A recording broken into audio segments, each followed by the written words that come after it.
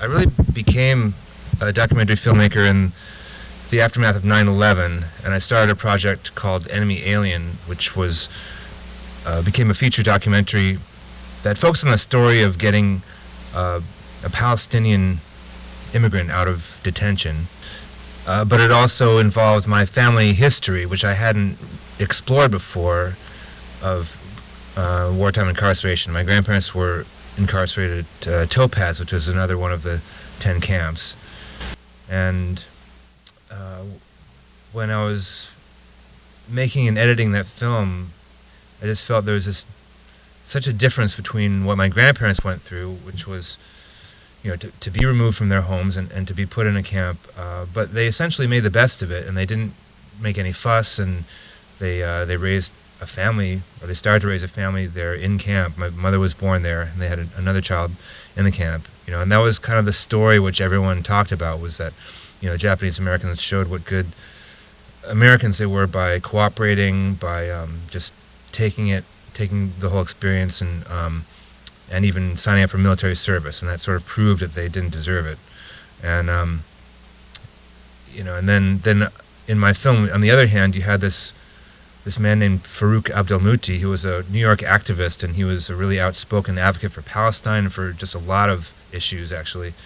He was a kind of socialist, leftist activist, and when he was a lot of the story focuses on how he resisted while he was in detention, and he organized hunger strikes, and he paid a lot of consequences for speaking out and for his and other people's rights. And so there was such a difference between him and my grandparents in this story of Japanese American incarceration. I just was trying to find for a link between those experiences, and then that's when I found out the story of Tule Lake.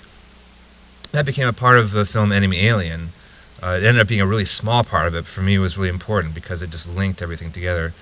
And but as soon as I discovered that story, I just became just really fascinated with it, and just amazed at the fact that so few people knew about it. So I was already thinking of making that film by the time I finished Enemy Alien, like in about 2011.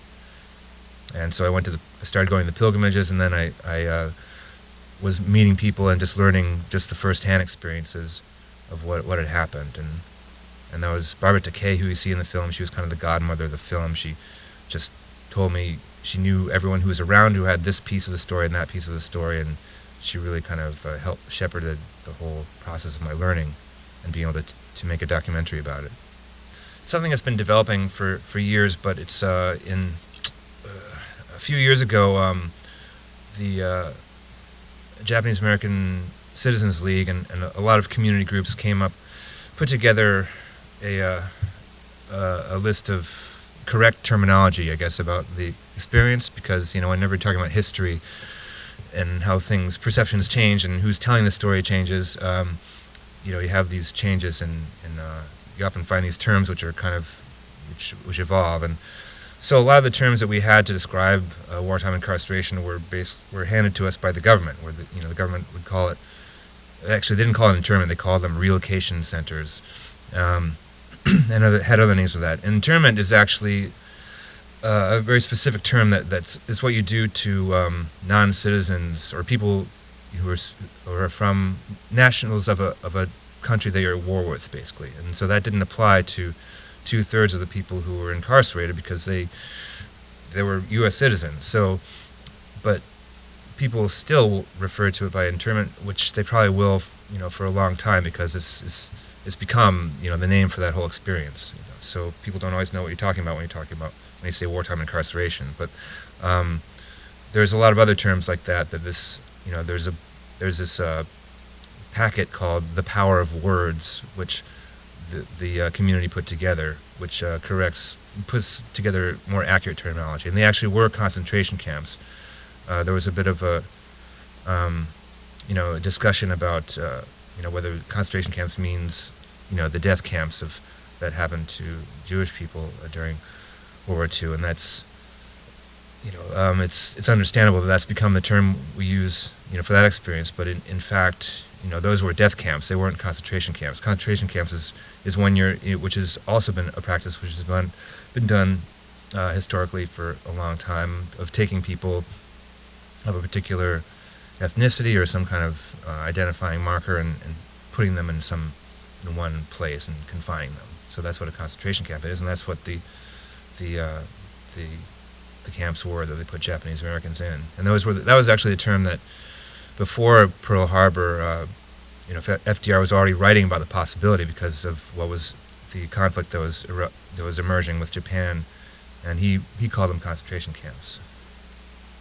Right. Well, there were there was 10 of these sites. There's actually a lot of other confinement sites.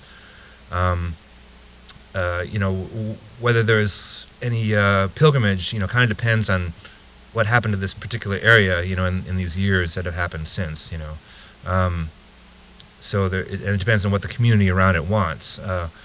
Manzanar has probably the most well-developed site where they have a museum and they have,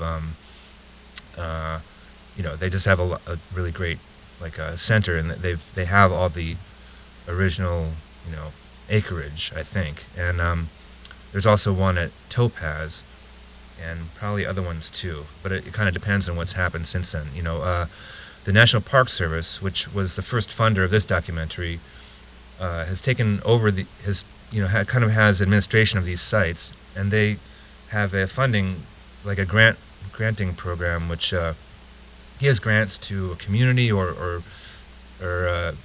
anyone who's willing to apply it and develop the interpretation of these sites in some way. So that's the way that they've developed some of the more recent additions to the site. Tule Lake, just recently there's been an ongoing campaign to preserve the Tule Lake site because some of the local people want to also the Federal Aviation Administration want to kind of put this fence around most of the site, and so and that would basically prevent a lot of the personal pilgrimages to the places where people lived, like the barracks, or the places where people and some died.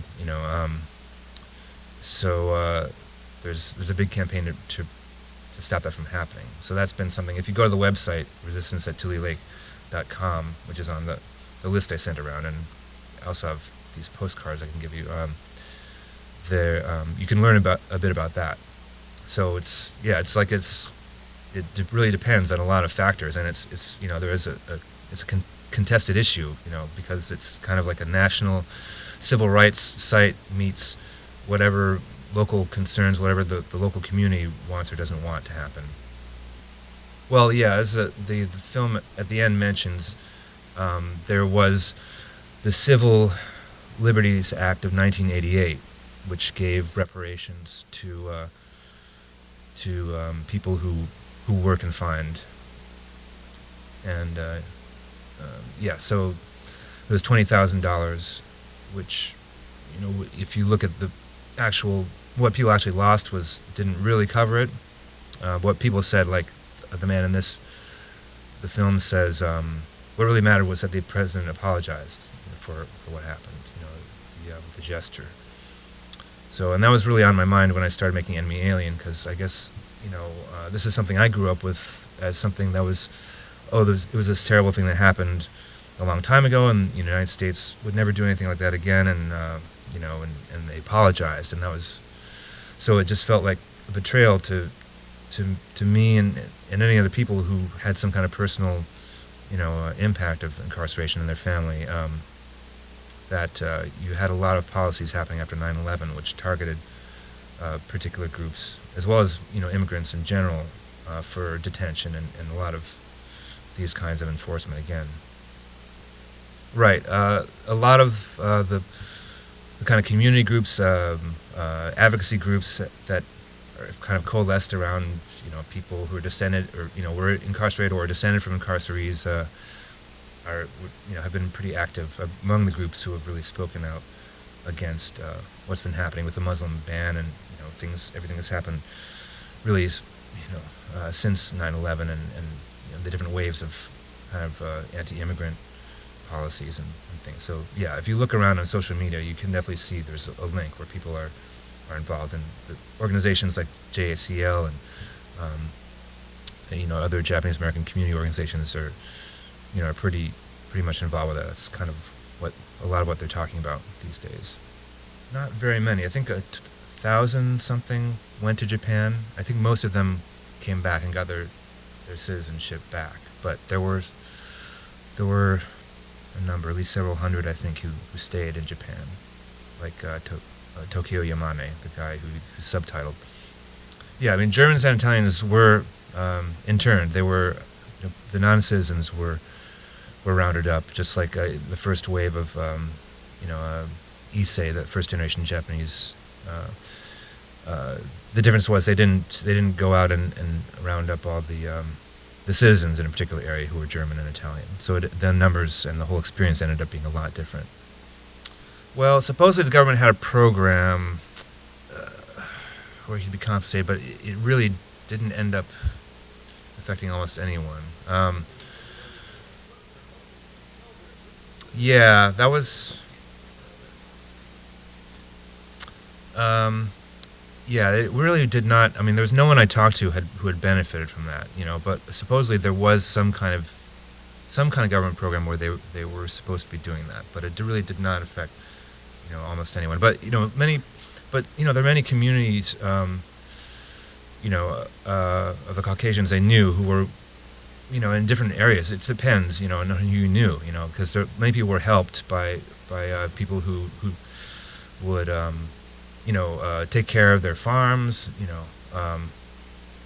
but it just really depended, that only it was just by chance or just the relationships if you were able to get some help, but there was no program to save all these, holdings and businesses for people when they got out.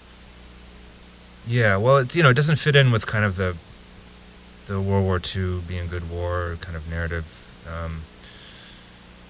And it's, I think they mentioned it, and I lived in in high school I was in Palo Alto, California, and California is probably among the more, the states where you would have more education probably than almost any other place in the country, right? But we only covered it for part of a day, I think, or just kind of talked about it.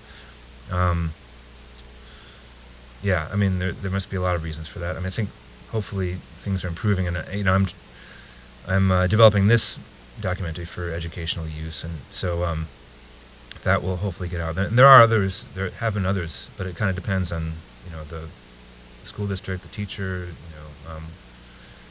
But one thing that I cut out of this version was Tetsuden Kashima, the historian, or he's actually a sociology professor, but he says